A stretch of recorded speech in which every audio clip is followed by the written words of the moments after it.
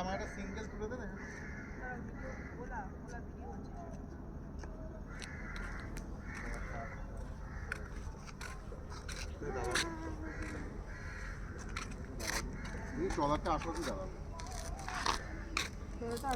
এটা হচ্ছে বেনফিশ মৎস্য বন্দর। তো মৎস্য বন্দর, প্রপার মৎস্য বন্দরটা একটু ওই দিকে।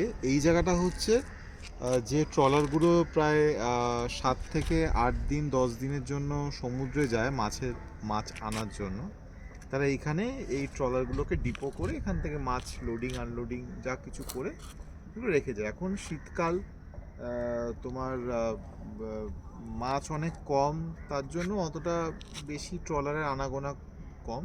বর্ষাকালে প্রচুর যেহেতু মাছ আসে, তাই ট্রলারের আপ অ্যান্ড ডাউনটা অনেকটা বেশি হয়।